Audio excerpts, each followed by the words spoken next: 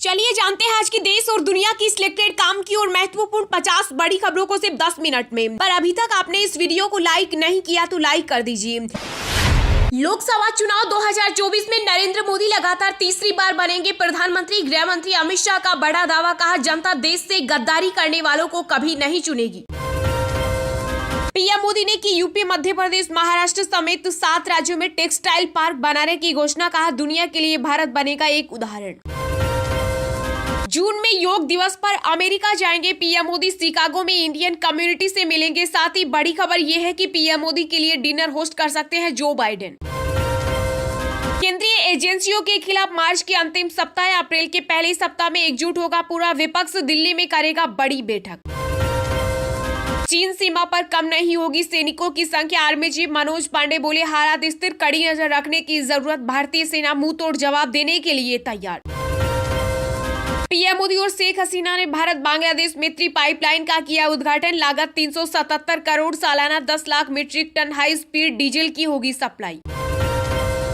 Adani Hindenburg मामले में पहली बार बोले गृह मंत्री अमित शाह, अगर किसी से गलती हुई तो बख्शा नहीं जाना चाहिए।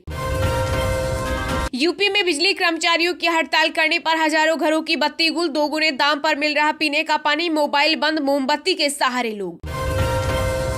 संयुक्त किसान मोर्चा ने 20 मार्च को दिल्ली के रामलीला मैदान में बुलाई महापंचायत। राहुल गांधी सत्ता के लिए अंग्रेजों से भी मिला सकते हैं हाथ, आरएसएस नेता ने राहुल गांधी पर बोला हमला। वैष्णो देवी के भक्तों के लिए बड़ी खुशखबरी, 5 मंजिला दुर्गा भवन बनकर हुआ तैयार, मुफ्त में ठहर सकेंगे 25,000 श्रद्धालु। विदेश मंत्री एस जयशंकर का बड़ा बयान, बोले चीन के साथ भारत की स्थिति बेहद नाजुक और खतरनाक।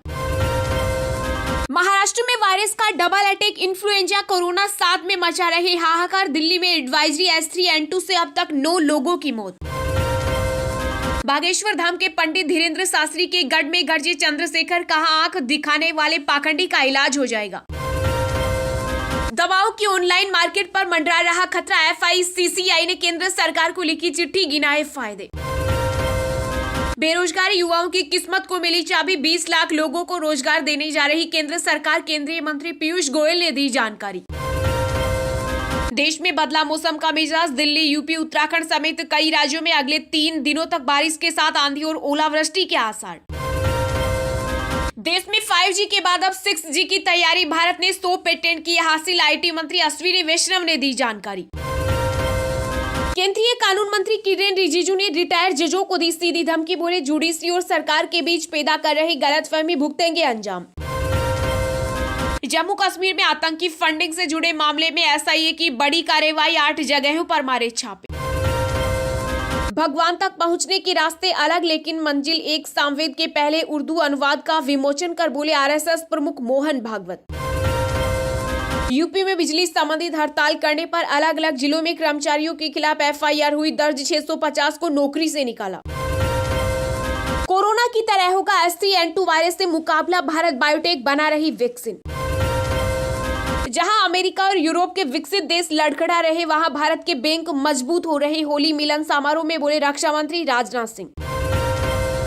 बीजेपी के फेंके टुकड़े पर एकनाथ शिंदे, निर्भर सीटों के बंटवारे की चर्चा पर शिवसेना नेता संजय राउत ने कसा तंज। सरकारी बंगला खाली करने के लिए मनीष सिसोदिया के परिवार को मिला 5 दिन का समय, संजय सिंह बोले हम करेंगे उनकी देखभाल। छत्तीसगढ़ सरकार शहीदों के परिजनों को जमीन खरीदने के लिए देगी 20 लाख रुपए, सीएम भूपेश बघेल ने मंत्रिमंडल की बैठक में नक्सल उन्मूलन की नई नीति का किया उन्मूलन। जो सबसे ज्यादा बोलता है वो बोल रहा है कि बोलने नहीं दिया जाता, राहुल गांधी पर कानून मंत्री रिजिजू का तंज। बिहार सरकार ने मुस्लिम कर्मचारियों को दिया बड़ा तोहफा, रमजान में 1 घंटे पहले दफ्तर आने जाने की दी इजाजत। सोने के दाम 69,000 रुपए के पार, 1.5 महीने में बन गया गोल्ड प्राइस का नया रिकॉर्ड। केंद्र सरकार के कर्मचारियों के लिए वर्क फ्रॉम होम नहीं, केंद्रीय राज्य मंत्री जितेंद्र सिंह ने लोकसभा में बताया।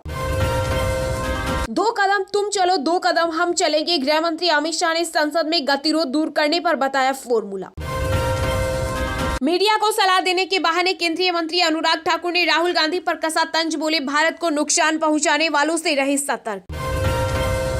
उत्तर प्रदेश में बिजली कर्मचारियों के हड़ताल पर दूसरे दिन ही बैकफुट पर आई सरकार, सीएम योगी ने बुलाई इमरजेंसी बैठक। पाकिस्तान के पूर्व पीएम इमरान खान के घर पर चला बुलडोजर, मेन गेट तोड़कर घुसी police. Congress confuse party Madhya Pradesh में 7 और महाराष्ट्र में खिला बाबा बागेश्वर के विरोध पर बीजेपी ने कसा तंज। उत्तर प्रदेश में 1 अप्रैल से खोले जाएंगे 85 नए स्कूल, योगी सरकार को भेजा गया प्रस्ताव। भारत के कहने पर संयुक्त राष्ट्र ने 2023 को अंतर्राष्ट्रीय मिलेट्स वर्ष किया घोषित, पीएम मोदी।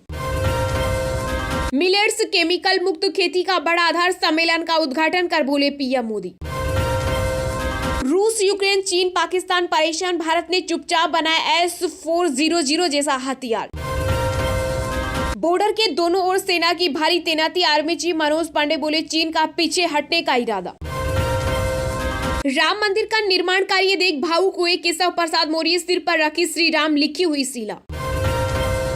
यूपी में बारिश, ओलावृष्टि से जनहानि पर मिलेंगे 4 लाख, सीएम योगी ने अधिकारियों को तुरंत राहत कार्य शुरू करने के दिए निर्देश। मनीष सिसोदिया ने अगर जासूसी करवाई तो सीबीआई, ईडी और एनआईए कहां थी, आप सांसद राघव चड्ढा ने केंद्र सरकार से किया सवाल। फेक वीडियो और आर्थिक अपराधों में आरोपी यूट्यूबर मनीष कश्यप ने किया सरेंडर, कुर्की में घर का सारा सामान जब्त, खिड़की दरवाजे उखाड़ ले गई पुलिस। कर्नाटक में राजनीतिक कार्यक्रम को लेकर भिड़ गए बीजेपी और कांग्रेस समर्थक, जमकर हुई पत्थरबाजी, कई लोग घायल। व्लादिमीर पुतिन के खिलाफ आईसीसी ने जारी किया गिरफ्तारी वारंट, यूक्रेन के राष्ट्रपति बोले ये महज शुरुआत है। चीन ने अब तक कोरोना डेटा का क्यों नहीं किया खुलासा, WHO ने लगाई फटकार, कहा दुनिया के सामने आना चाहिए सच। पंजाब की जेलों में फिर चला सर्च ऑपरेशन, फरीदकोट जेल से 18 मोबाइल समेत कई सामान हुआ बरामद। कोलकाता में सपा की राष्ट्रीय कार्यकारिणी की बैठक में समाजवादियों का जमघट, अगले लोकसभा चुनाव को लेकर ब्लूप्रिंट हुआ तैयार। देश भर के 19 राज्यों में तेजी से बढ़ रहे कोरोना के मामले, केंद्र सरकार ने जारी की एडवाइजरी। पीएम मोदी ने किया मोटे अनाज पर वैश्विक श्री अन्न सम्मेलन का उद्घाटन, डाक टिकट और सिक्का भी किया जारी। यूपी के कौशाम्बी में एयरपोर्ट की तर्ज पर बनेगा बस पोर्ट, 245 करोड़ का मिला बजट, मिलेंगी कई सुविधाएं। इंटरनेशनल मार्केट में कच्चे तेल के दाम में आई गिरावट, लखनऊ, हैदराबाद और पटना में महंगा हुआ पेट्रोल, डीजल के दाम भी बढ़े। बिना कांग्रेस के नया मोर्चा हुआ तैयार, बंगाल के सीएम ममता बनर्जी और सपा प्रमुख अखिलेश यादव में बनी सहमति। वारिस पंजाब दे प्रमुख अमृतपाल सिंह को पुलिस ने हिरासत में लिया, 6 साथियों को भी किया गिरफ्तार, पंजाब में इंटरनेट सेवा बंद। दिल्ली को जल्द मिलेगी मोहल्ला बस सर्विस की सौगात, रिहायशी कॉलोनियों में कनेक्टिविटी बढ़ाने पर दिया जाएगा जोर। अब आईसीसी में लड़ी जाएगी भारत पाकिस्तान की लड़ाई, बड़ी मीटिंग में आमने सामने बीसीसीआई, पीसीबी। भारत के लिए पाकिस्तान से व्यापारिक रिश्ते बहाल करने के संकेत, इंडियन डिप्लोमेट का लाहौर में बड़ा बयान। चलिए अब जानते हैं जो आम आदमी के काम की और फायदेमंद खबरें हैं उनको विस्तार से, पर इससे पहले अभी तक आपने इस वीडियो को लाइक नहीं किया तो लाइक कर दीजिए।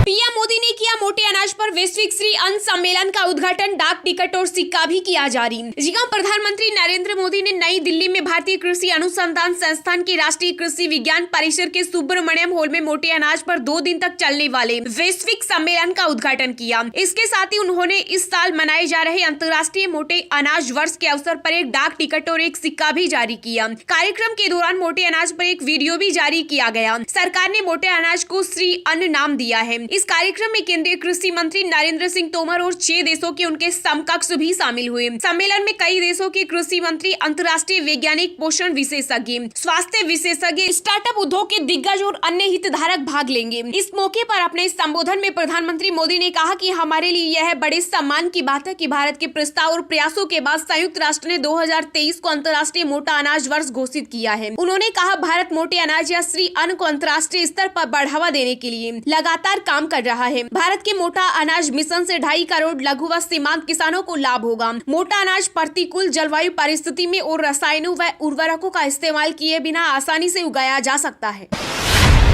कोरोना की तरह होगा H3N2 वायरस से मुकाबला, भारत बायोटेक बना रही वैक्सीन। देश में H3N2 एविएशन इन्फ्लुएंजा के मामले लगातार बढ़ रहे हैं। कई जगहों से इस खतरनाक वायरस से मौत की रिपोर्ट्स भी सामने आई है। इस वायरस से निपटने के लिए अब हैदराबाद की वैक्सीन निर्माता कंपनी भारत बायोटेक ने वैक्सीन बनाने पर काम शुरू कर दिया है। कंपनी के संस्थापक अध्यक्ष डॉक्टर कृष्णा एला ने वैक्सीन बनाने की पुष्टि की। भारत बायोटेक ने इससे पहले जानलेवा कोरोना वायरस की कोवैक्सीन और इंट्रानेजल वैक्सीन इनकोवेक वैक्सीन भी विकसित की है। एक कार्यक्रम के दौरान कृष्णा एला ने कहा कि मैं वैज्ञानिक हूं और निश्चित रूप से हम H3N2 की वैक्सीन पर काम कर रहे हैं। हमें शक है कि अगली महामारी फ्लू के रूप में आएगी। यह बर्ड फ्लू सुअर और मुर्गी और इंसानों में भी फैल रहा है। दरअसल इस बार देश के कई हिस्सों में बड़ी संख्या में H3N2 के मामले सामने आए हैं। सरकार सार्वजनिक स्थानों पर जाने से बचने और बार बार हाथ धोने आदि जैसे एहतियाती कदम उठाने पर जोर दे रही है। इस वायरस से कई मरीजों की मौत भी हो चुकी है। ऐसे में इसको लेकर चिंता और बढ़ गई है। बड़ी बात यह है कि 5 साल में कम उम्र के बच्चों में यह वायरस गंभीर लक्षण पैदा कर रहा है। नाक बहना, लगातार खांसी और बुखार इसके लक्षणों में शामिल है।